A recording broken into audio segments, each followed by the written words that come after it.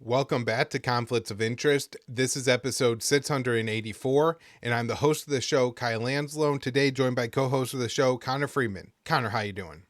I'm doing great, Kyle. Glad to be back.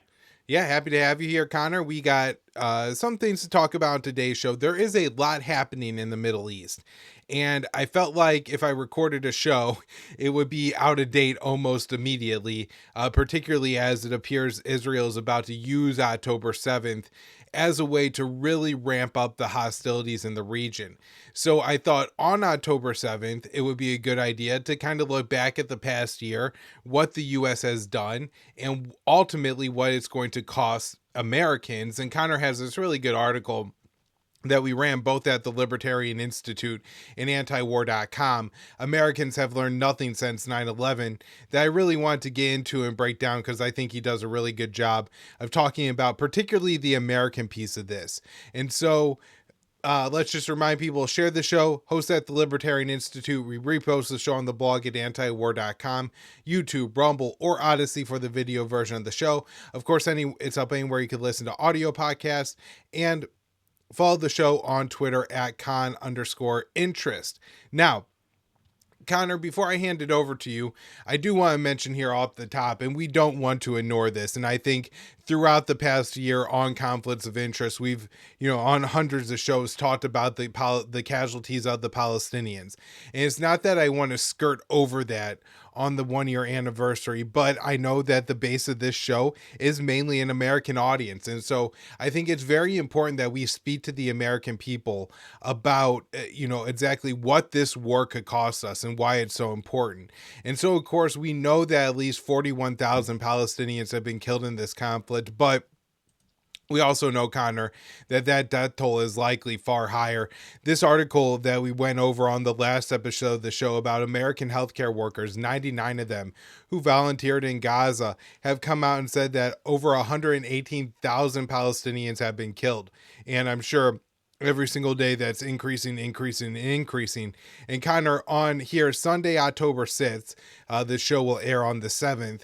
We know that the Israelis are talking about beginning to execute what's either been called the General's Plan or more broadly just the ethnic cleansing of northern Gaza first and then southern Gaza. And so they've invaded the Jabalia refugee camp. It appears they're engaged with Hamas on the ground there.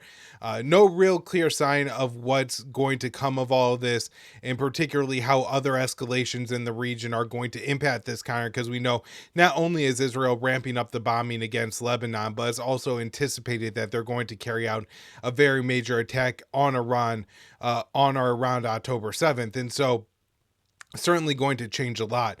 But let's talk about what this war has so far cost Americans and what it's going to cost them in the future. Of course, when we talk about this most of the time, Connor, and rightfully so, I think our minds go to dollars and cents, the billions and billions, now tens of billions in dollars in military aid that the U.S. has given to Israel, have lavished upon Israel.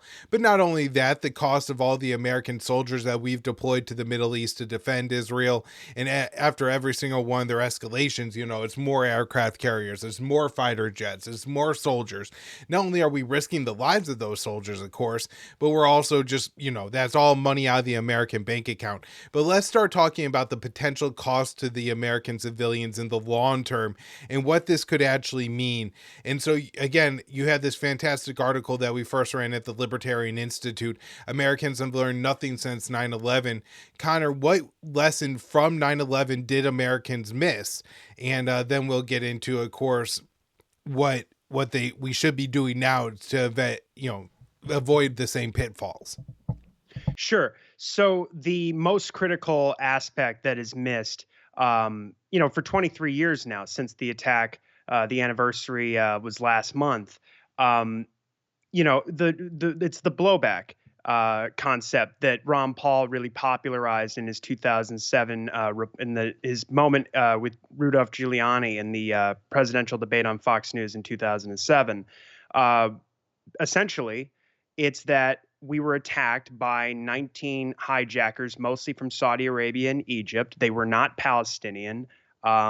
They carried out the attack largely, if not primarily, as a result of decades of U.S. unconditional support militarily, financially, and diplomatically for apartheid Israel and its illegal occupations, war crimes, and other atrocities in the Palestinian territories, as well as southern Lebanon. And there were other reasons for the attack, namely the expansion of the American empire into the Middle East, particularly in Saudi Arabia and other parts of the Arabian Peninsula, with military bases near Mecca and Medina, the holiest sites in all of Islam, where they were using those bases to bomb Iraq 3 to 4 times a week during the entire Clinton administration, and imposing the sanctions regime on Iraq, which killed hundreds of thousands of children and other civilians. And again, as Scott Horton lays out in Enough Already, Time to End the War on Terrorism, these policies regarding Iraq and keeping the bases in Saudi Arabia from the first Iraq war the policy was dual containment, maintaining a blockade and embargo essentially on Iran. And because Iraq was too weakened now to contain Iran, they had a sanctions regime on Iraq. They wanted to keep the bases there so they could continue to bomb Saddam Hussein. Well, not Saddam Hussein himself, but certainly the North and the South in the so-called no-fly zones. But that resulted, as I said, in hundreds of thousands of Muslim casualties. And so those were the reasons for the attack from the al-Qaeda fighters, who hijacked the planes and flew them into the World Trade Center, the Pentagon, and the one that crashed in Shanksville, Pennsylvania. Now, the American people were told never forget, but they totally, when our leaders say that, it's really just a psychological warfare tactic. It's supposed to torment people, particularly the orphans, the survivors, the widows, and the general public alike, into accepting predetermined policies, like the Patriot Act, for instance, that Joe Biden takes credit for conceiving years before 9/11, or the invasion of Iraq and the overthrow of Saddam Hussein, which was laid out in the Clean Break document in 1996 that David Wurmser, Richard Pearl, and Douglas Feith, who all ended up in the George W. Bush administration, they wrote that document for Benjamin Netanyahu. The war was in Israel's interest, not in the U.S. interest, just like the wars that we're underwriting right now: the genocide in Gaza, the ethnic cleansing of the West Bank, the ethnic cleansing of southern Lebanon, turning Lebanon into Gaza, and ultimately going to war with Iran and re-escalating our wars in Syria and Yemen all at the same time. These wars are only in Israel's interest. And essentially what we're talking about is the American people being attacked again. I mean, there's a massive risk. So in front of the whole world, the United States, the most powerful empire in the history of the planet, is exterminating the Palestinians, one of the most defenseless and impoverished people in the world. They've been militarily conquered and illegally occupied by a foreign totalitarian military dictatorship since 1967, longer than the Soviet Union ruled Eastern Europe. And Israel is implementing a final solution, as you mentioned earlier, regarding the general's plan for Major General Giora Island, or however you pronounce his last name. They've begun it today, and they're going to tell as many people as they can. They're telling the people of the north to go flee to the south into the so-called safe zones, which are routinely bombed with 2,000-pound American bombs, killing all these people in their tent camps where there's no sanitation, running water, or any sort of medical facilities, and no food. So these people know that they're just going to be killed or infected with polio or some other disease that's spreading as a result of the siege warfare and the constant attacks on infrastructure. So they're not going to move, but they're going to be put under siege.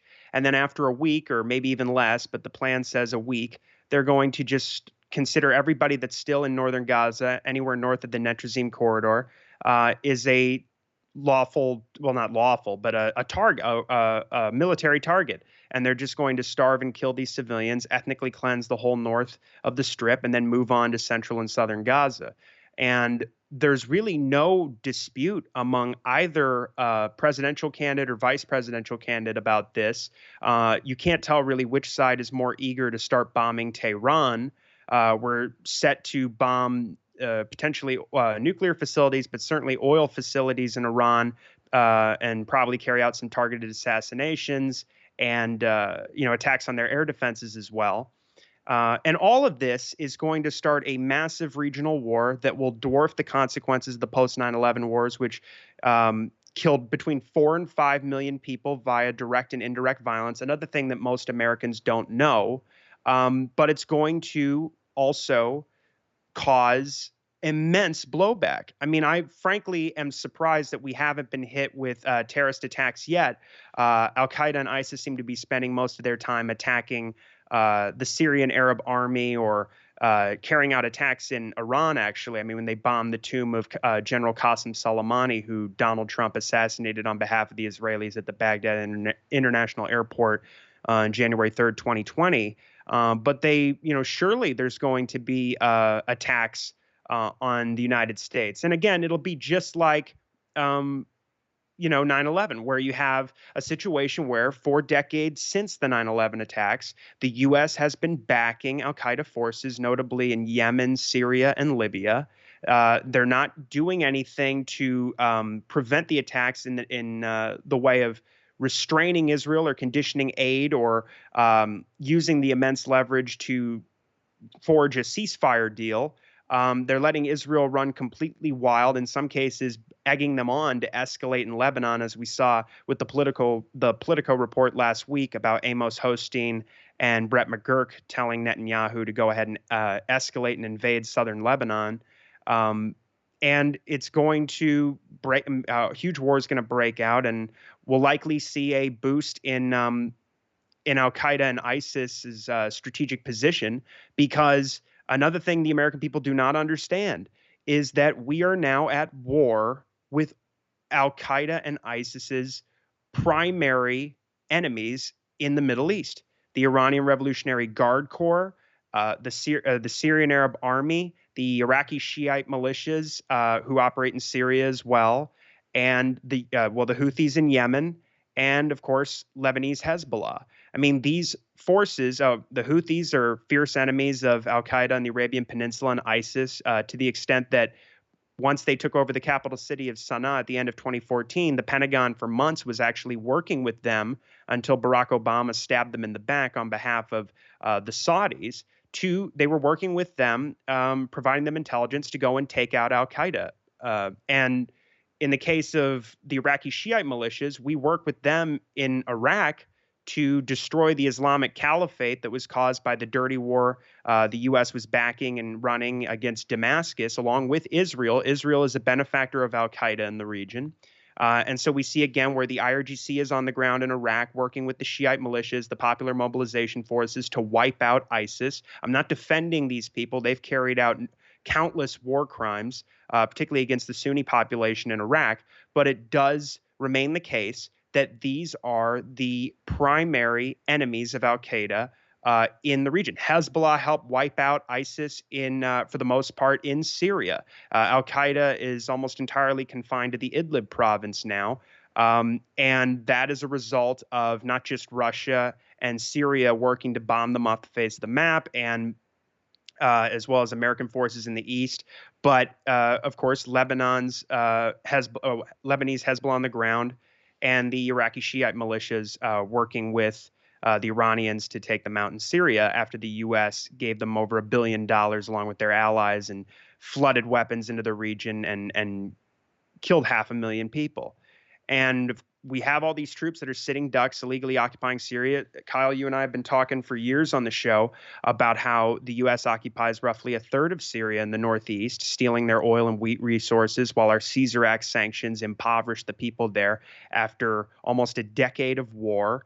90% of the population lives below the poverty line. But we have all these illegal occupation bases in northeast Syria that throughout the war, except for a few months, have been getting hit with rocket and drone attacks from these Shiite militias in opposition to the genocide, the U.S.-backed genocide, the extermination of the Palestinians.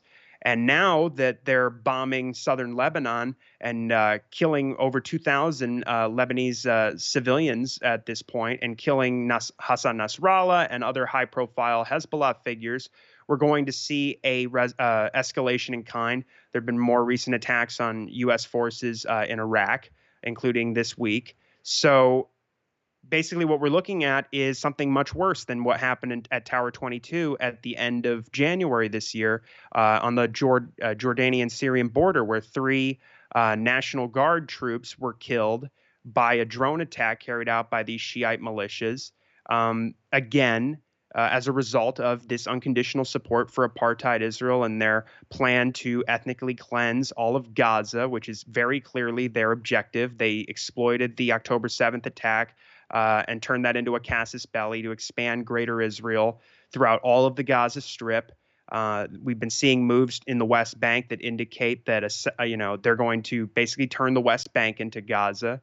We can talk about Operation Summer Camps in the last couple of months of escalations in the West Bank, and where there's a huge movement in Israel that wants to seize southern Lebanon as well as part of Ersatz Israel. There was this recent piece in the Jerusalem Post, offering biblical justifications for Israel to seize southern Lebanon and build settlements there at a minimum.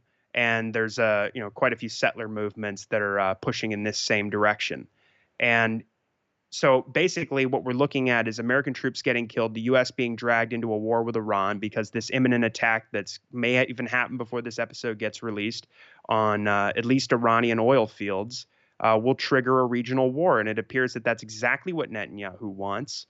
And it'll come at the cost of, I think, a war that, as I said, will be much worse than what we've seen in the last 20 plus years, that our government, the absolute catastrophes that our government has engineered in the region, killing millions of people and costing the American people trillions of dollars. And we've seen over 30,000 American troops come home and blow their heads off as a result of their PTSD. And about 8,000 or more U.S. troops were killed in Iraq and Afghanistan.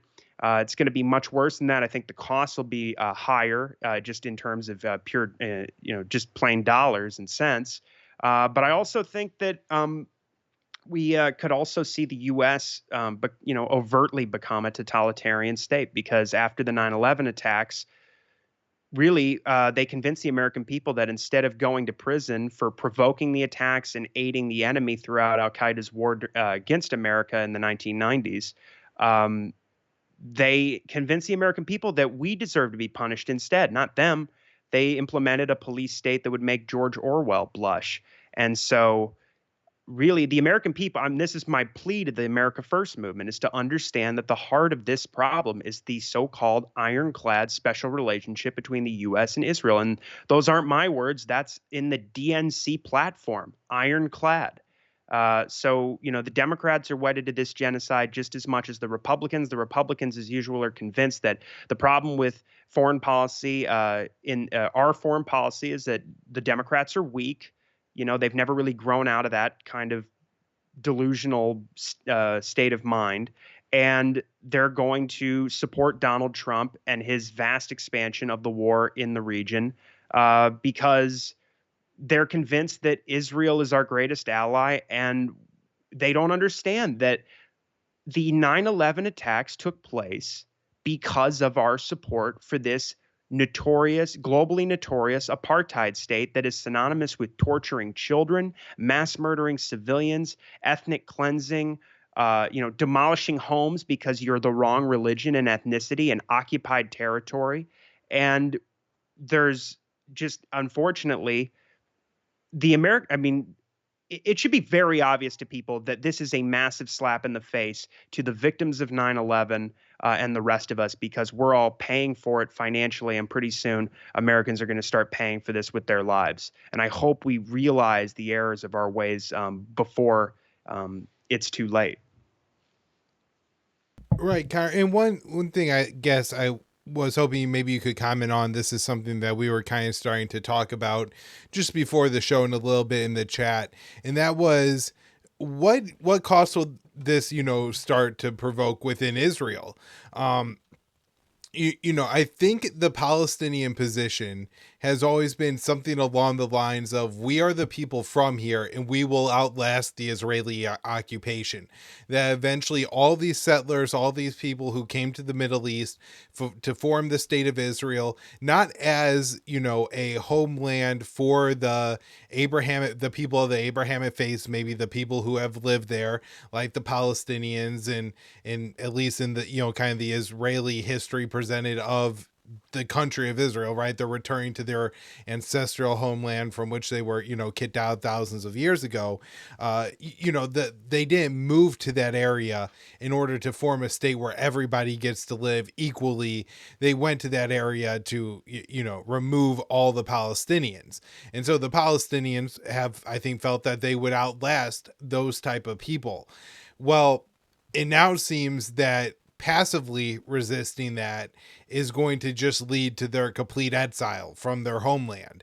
And so we're starting to see, and again, this isn't an endorsement of this policy. This is just to say, if you're a Palestinian man sitting somewhere in the West Bank, I think you're probably have to be able to see the same writing on the wall that me and Connor see here in the United States, which is Biden is basically going to be known as the US president who gave Israel the green light to take Gaza, and then Trump will be known as the American president who gave Israel the green light to take the West Bank. Right? Like, this is, I think, how it's generally going to play out over the next 4 years or so. It may take a few years before Trump, once he gets elected, green lights it. And I do think, there's this really crazy relationship here where Biden is essentially endorsing a policy allowing Netanyahu to take the entire West Bank, Connor, that is going to doom Kamala Harris re-election chances and almost ensure Trump's victory. It's really wild how this is all working out.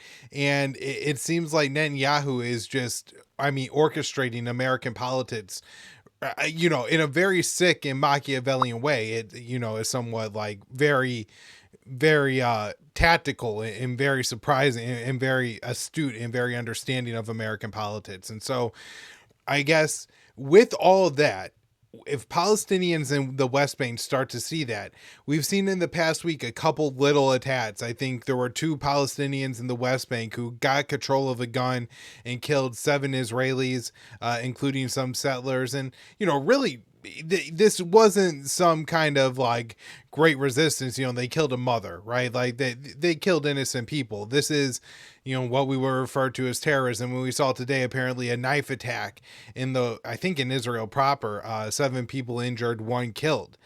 And if the Palestinians believe that passively they will get kicked out of their homeland, and they start to actively fight back, and all they have are the knives in their kitchen drawers, then I think that's what they're going to use. And so while Netanyahu is saying that we're doing everything we're doing in Gaza to prevent another October 7th, in a sense, he's ensuring a million little October 7ths, because it seems like this is going to stoke another intifada-like event and uprising out of the Palestinians. And now, it seems, maybe Netanyahu missed the lessons of 9/11 as well. And the whole concept of America really bit off more than they could chew during that time, because, while there may be, and this is the case I made on the show, that there's probably a historic opportunity here for the Israelis to do this. The Egyptians and the Jordanians are completely bought and paid for. The Emiratis are completely bought and paid for. There's a nice carrot out there for the Saudis, including potentially their own nuclear program, right? And a Japan-style defense alliance with the United States, which I think they probably covet the nuclear program above all, because let's say America doesn't become the world empire and they decide to ally themselves with Brits and the SCO, the Shanghai Cooperation Organization, moving forward. They're still going to have all those nuclear facilities and nuclear technology once they tell the Americans to hit the road. And so for Israel and then all the other states, Iraq, Syria, Lebanon, Iran, are in some ways you could argue historically weak. Iran is under the maximum pressure sanctions. Syria has been wrecked by a 14-year long civil war that the Americans turned into a straight dirty war that, we bet all these jihadists that absolutely wrecked that country. Iraq, we've been bombing for 30 years. Lebanon, we've impoverished through our sanctions on Syria. Syria and Iran and sanctions on Hezbollah, as well as just, forcing this completely unstable government in Beirut to prevail for years and years and years, basically ensuring that the Lebanese people languish in poverty. And so, while in a sense, Connor, you could present the axis of resistance in the Middle East as historically strong, you could also look at all the potential state institutions that could possibly resist Israel as being historically weak. And so, what I guess, all of that is to say that's kind of my viewpoint here, in that not only should the United States be worried about terrorist attacks, but the Israelis should be very worried about terrorist attacks. And so kind of what's your thoughts on all of that? Well, so to your point about the population issue, there's been a long-held concern within the Israeli security establishment, as well as the Israeli public, which has become increasingly radicalized over the last couple of decades, and it's really hit a fever pitch now. They were concerned that basically the Palestinians would outbreed them, even though they're under occupation. Even though they're under occupation. And that's one of the reasons why, I mean, there were other political reasons involved for putting Gaza under a total siege in 2007.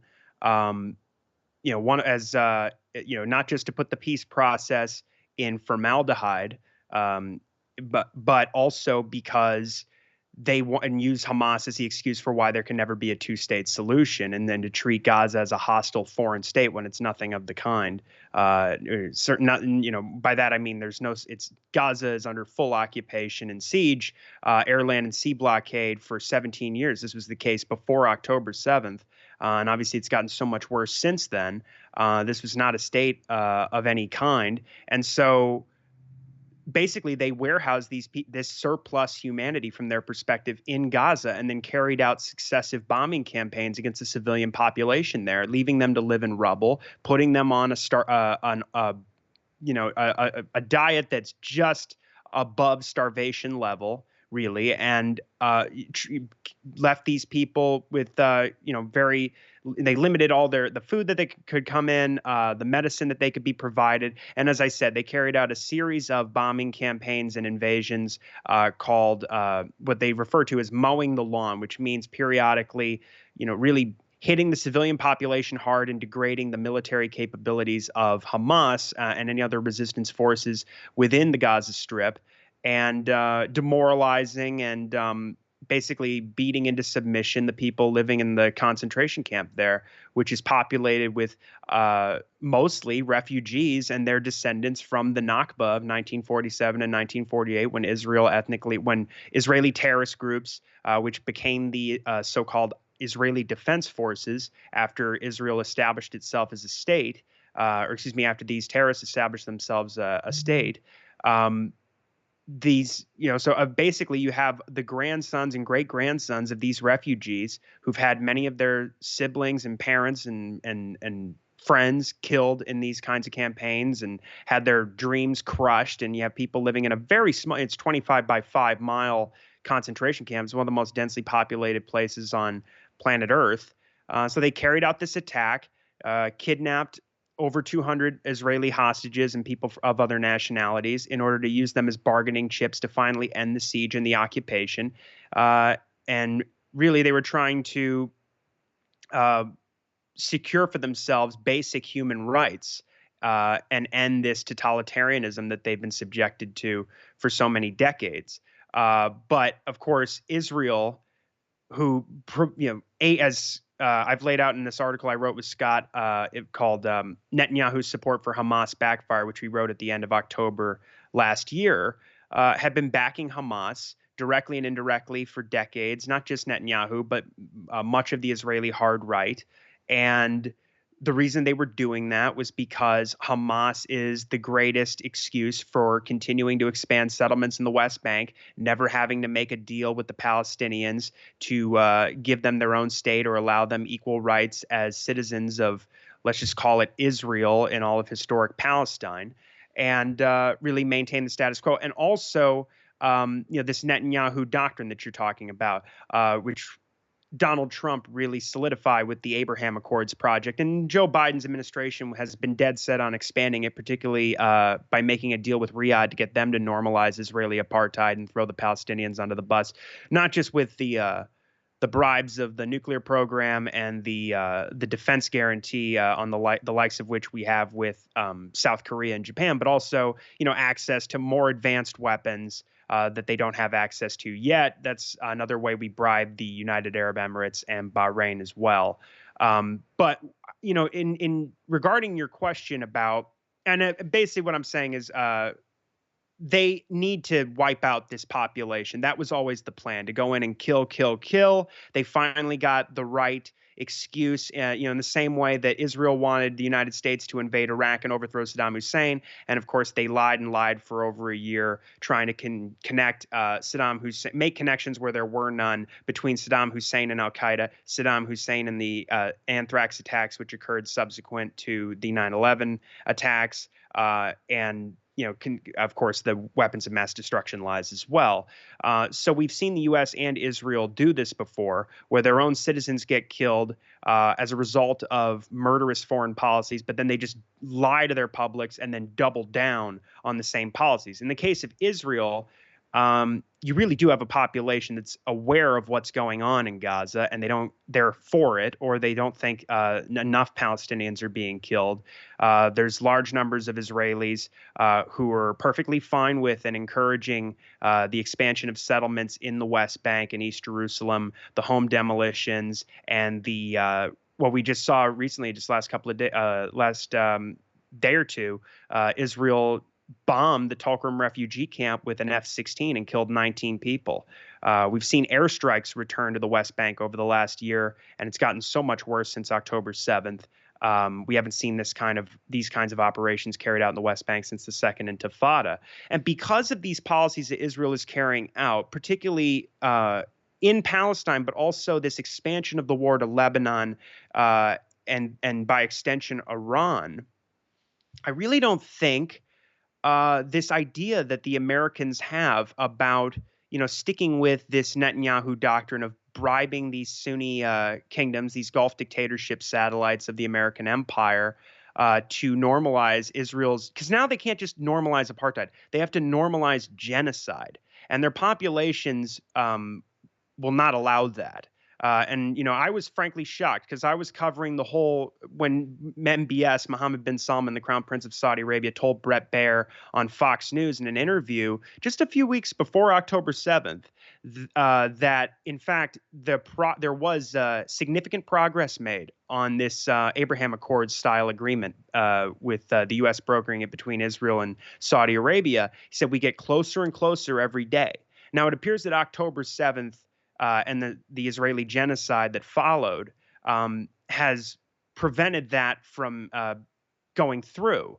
And really what we've seen is a regional realignment since Joe Biden's administration took power, right? I mean, we've seen last year in March, China brokered a landmark peace deal between Iran and Saudi Arabia. They have a positive economic relationship now, and Saudi Arabia was very keen on insisting to the Americans when the U.S. helped shoot down Iranian drones and missiles that were fired into Israel in response to Israel's April 1st bombing of the Iranian consulate in Damascus, killing a couple of senior IRGC commanders and as well as a number of civilians as well.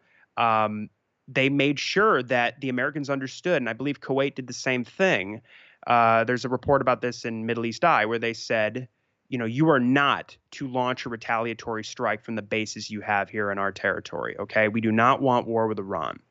And I think what you've seen is, even though the UAE, of course, is not doing anything to stop the mass killing in Gaza or the West Bank or Lebanon, they have normalized relations with Iran, as Bahrain seems to be working on a similar deal. It's being brokered by the Russians. We've seen Kuwait normalize with Iran as well. Sudan normalized relations with Iran recently. So that's, at least 3 out of the 4 Abraham Accords states.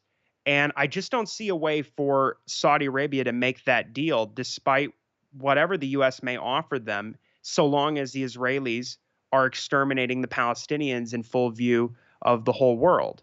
Now, I may be wrong about that. I mean, you should never underestimate, what absolute criminals are, in power in Riyadh. I mean, these are people who carried out a genocide in Yemen for 8 years, backed by the United States. And so did the UAE, where they killed over 377,000 people. And it's very similar to Gaza, taking the poorest country in the Middle East, putting them under a full air, land, and sea blockade, and then eviscerating all the civilian infrastructure that could sustain life. They killed hundreds of thousands of children and infants as a result of the starvation and the spread of disease when you bomb water systems and sewage systems, just as you're seeing in Gaza, and actually just as you're seeing in the West Bank. Only in the West Bank, they do it primarily with bulldozers. So this, regime is capable of anything really in Riyadh, but I think politically it's rather impossible right now. But if war with Iran breaks out, that's the last thing that so many of these states actually want. I mean, you're talking about Qatar, where the Al Udeid air base is. You have the Fifth Fleet, the American Fifth Fleet, based in Bahrain. If I believe we have about roughly somewhere between 40 and 50,000 troops throughout the Middle East, and those numbers are only going to increase. And you can't forget about the bases in Iraq and in Syria. You're looking at any country that supports U.S. operations against Iran getting hit with Iranian ballistic missiles in retaliation. And, there's a lot of that's going to, first of all, the war is going to send oil prices soaring, but they would definitely target oil facilities in the UAE and Saudi Arabia. And I would expect the Houthis to do the same thing. And we don't see an appetite, I should say, from the Saudis to go to war with Israel's enemies. We've seen, the ceasefire deal that was inked between the Houthis and Riyadh in early 2022 has held throughout this whole time. There haven't been cross-border attacks, even though I'm sure the U.S. would prefer if Saudi Arabia would get on board, but they won't even let the U.S. launch attacks on the Houthis from their territory. So it doesn't appear like Saudi Arabia wants a war right now. But certainly, I was just listening to your appearance on Scott's show this week, and I agree with both of you that it remains to be seen exactly what kind of pressure can be put on Cairo and Amman to get them to change their policies. It would take a hell of a lot, but I can imagine the people there are going to get more and more restless as they see what's going on in Palestine and the West Bank on their border. Egypt has been maintaining its block. They've been blocking Palestinians from getting through the border for the most part in the Philadelphia corridor, but they're more angry with Israel occupying the Philadelphia corridor, which is one of the ways that Netanyahu was able to sabotage any sort of ceasefire agreement. And of course, you have the Egyptians and the Qataris trying to broker that ceasefire, and it's very obvious that Netanyahu is the one who's been sabotaging and thwarting any attempt at a ceasefire deal. Even when Hamas and recently, as we've seen with Nasrallah, we have Israel's enemies willing to agree to really conditions that are not to their benefit. Where they'll say, "Okay, fine, you can maintain." Your control over the Netrazim corridor and the Philadelphia corridor if you just end the genocidal assault in Gaza. Nasrallah was willing to stop his attacks on Israel, not just for the 21-day ceasefire, but the Lebanese. There's been hints from Hezbollah saying that, look, we don't even need a ceasefire deal or an end to the occupation. Just stop bombing, stop killing Palestinians. But that's not enough for the Israelis because, again, Netanyahu has all kinds of political incentives to expand this war and to keep it going in perpetuity because, first of all, he was facing a corruption trial before the war started. He has a very fragile coalition in power that's full of Jewish supremacists and extremist settlers like Bezalel Smotrich and Itmar Ben-Gvir, who hold these key positions as national security minister and finance minister and occupation governor of the West Bank, respectively. And if he were to, negotiate any kind of lessening of tensions or any sort of ceasefire, it would break his coalition. And in the meantime, if he falls out of power, then he may be held accountable for really not protecting his own people on the day of October 7th and killing large numbers of Israeli civilians during the response when they implemented a mass Hannibal directive and started killing civilians who they thought were going to be taken as hostages into Gaza, and blowing up, these homes or these kibbutzes rather, with Hamas fighters inside, even when they weren't killing the civilians inside. The Israelis just did not want to deal with any sort of a hostage crisis because, again, just as Hamas intended, those people can be used as bargaining chips. And so, I mean, really, the Israelis, yes, I mean, it's going to cause massive blowback onto Israel. But, I mean, quite frankly, I'm not even sure that that's going to have any sort of real impact on Netanyahu's policies. It's very obvious that he doesn't care about the hostages in Gaza. I mean, we've seen hostages killed who were raising white flags. We saw the IDF kill at least 3 of them last year. And then, of course, this policy of refusing to negotiate with Hamas and instead seeking to extricate the hostages via military assaults, killing hundreds of civilians at a time, even to just, rescue one hostage, has led to a Hamas policy now where if the IDF gets close to where Hamas is holding the hostages in tunnels or otherwise, Hamas just executes the hostages because, again, they have to have some sort of leverage here in order to see an end to the war at the negotiating table. And just to perfectly illustrate the fact that the American government doesn't give a damn about the hostages either, when Netanyahu came to the U.S. earlier this year to give his State of the Union speech, family members, including American family members of the hostages who were wearing T-shirts that said "Seal the deal now" were arrested at his speech.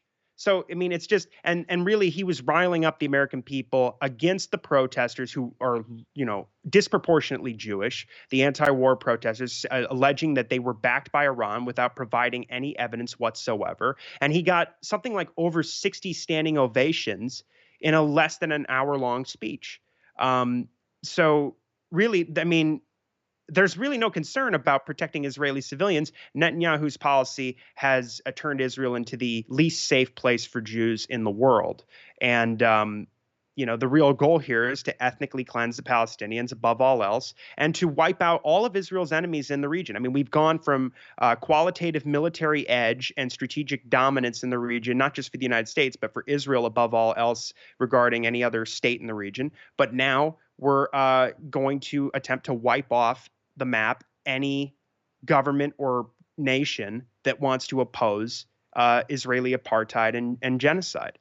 And that's the way they talk now. As you can see in that Politico report with Amos Hochstein and Brett McGurk, the story about them telling Netanyahu to go ahead and invade southern Lebanon, that the time is right. They say that this is going to define the future of the Middle East for the better, as they put it, for decades.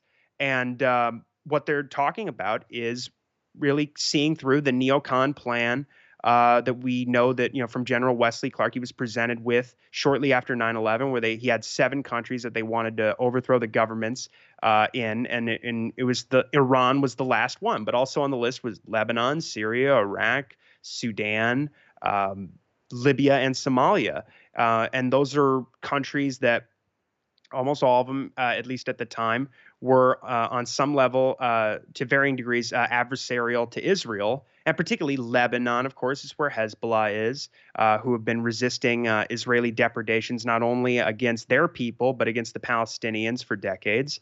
And, of course, Iran, who supports Hezbollah. And then, I mean, what we're geared up for now is just a war with like at least 5 countries at once, probably the larger Islamic world as well. But it's all for Israel to make sure that, so we used to say we make the world safe for democracy, and now we're making the world safe for apartheid. It's just a devastating situation. And I should point out that you have, politicians from both parties. I mean, Marco Rubio coming out and saying, I support a disproportionate response to this latest Iranian missile and drone attack in retaliation for the assassinations of Ismail Haniyeh in Tehran, the Hamas political chief, the IRGC commander who was with Hassan Nasrallah, the Secretary General of Hezbollah in Beirut last week. They're saying disproportionate response. Well, that's overtly saying to hell with international law. Kill whoever you want. disproportionate. I mean, and like I said, I mean, if you're going to war with Iran, I mean, this is a country of more than 80 million people. They have a real military. They have significant air defenses and hundreds of thousands of ballistic missiles. And they've been preparing for this war for decades now, because it's always been sort of a foregone conclusion that Israel wants this war anyway. And the U.S. has, cut off any sort of diplomatic relations with Iran really since 1980. And unfortunately, as Daniel Larison points out, and Medea Benjamin and Nicholas Davies and others, we have a real historic opportunity to make peace with Iran right now, because they have a moderate president in power. He's brought all kinds of architects of the JCPOA into his government, including Javad Zarif, the former foreign minister, and Abbas Araghchi, his current foreign minister. These are guys that negotiated the Iran nuclear deal. I mean, really, this policy is about not, avoiding Iranian nuclear weapons, the Iranians getting nuclear weapons, which they've, not ever tried to do. They've banned it. Both Ayatollahs have banned it and said that it's haram, even when they were being attacked constantly with chemical weapons. When Iraq was backed by the U.S. in the Iran-Iraq war, they didn't resort to using chemical weapons in response. And they have the same view on nuclear weapons. But if you start bombing their civilian nuclear energy sites, even putting aside for the moment the massive economic and environmental catastrophe that that's going to create, and how many people are going to die as a result, it's really going to encourage the Iranians to go underground, and they may have to seek nuclear weapons out of pure self-preservation for their people and for their government. And so, yeah, I mean, it's an absolute catastrophe we're looking at here. And I mean, All right, Connor, that's where we're going to have to wrap it up for today. I got to jump off. So thank you so much for coming back on the show. We'll do it again soon. Absolutely.